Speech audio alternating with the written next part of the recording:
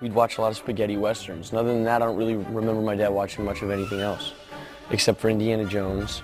But I was really into it, you know. He was really into it. It was like a family get-together thing, and it's like that for a lot of families. Most of my friends who've seen Indy found it through their parents. I have a lot of favorite scenes in the first Raiders film, but I think the scene that stands out for me the most is the basket chase.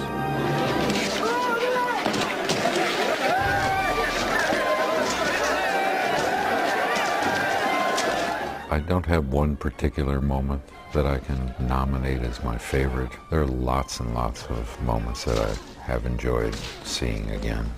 You're not the man I knew 10 years ago. It's not the years, it's the mileage.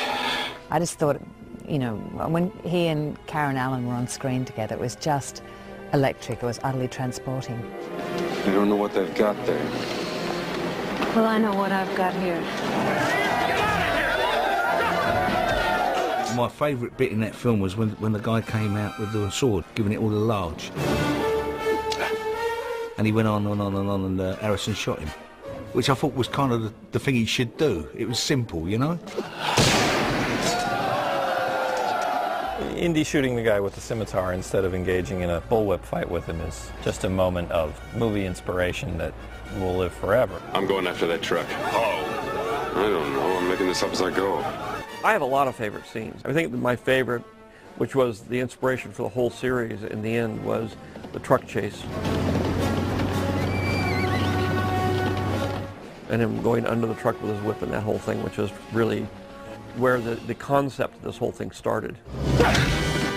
I think the best set piece for me in Temple of Doom is the scene where Indy gets caught in that crusher chamber where the ceiling is coming down and then the spikes come out of the hole. And Willie Scott is outside and Indy is trying to get her to find the release mechanism to reverse the crushing effect that's about to happen to him short round. And then she's got her hands full with bugs and she's panicking and freaking out over the bugs while he's trying to get her attention to put her hand in this really gross hole.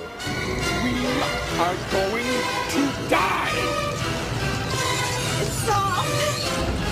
That, to me, that cutting back and forth is my favorite scene in the entire movie.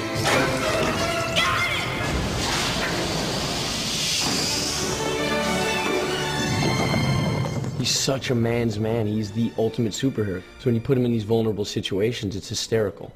You watch Temple of Doom, anytime he get into a situation, short round, he's vulnerable. He's talking to a kid. No mistake! Mistake! I'm very little. You, she's very big. Just any vulnerability with him is funny. He's really funny.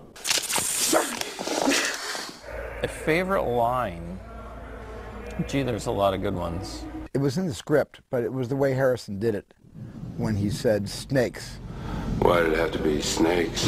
And then Sala comes in, which is an equally good line, I think. Larry Kasdan wrote and said, asps, very dangerous, you go first. I know, the dialogue's so sparkling, you know. I mean, from the first movie, Indy's line with Marion, you know, I can only say I'm sorry so many times. And she says, well, say it again. Do you know what you did to me in my life? I can only say I'm sorry so many times. Well, say it again anyway.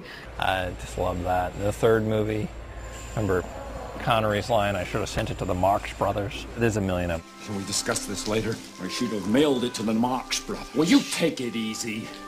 My favourite Indiana Jones film is The Crusade. Not just because Sean Connery was in it, not because of that reason, it's just the subject matter, you know?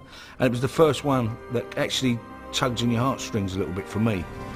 I remember at the end with the old knight standing there, for hundreds of years. I actually started crying. I think that got the emotions going, that one. I kind of like that. And I like the whole thing about the father and son element in it, you know?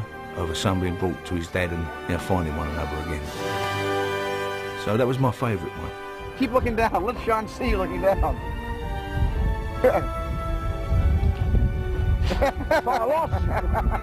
There was quite a talented group of people, and there was a real explosion in the area of the blockbuster movie kind of coming into its own, with Stephen having done Jaws and George having done Star Wars, and then moving into the Indiana Jones series.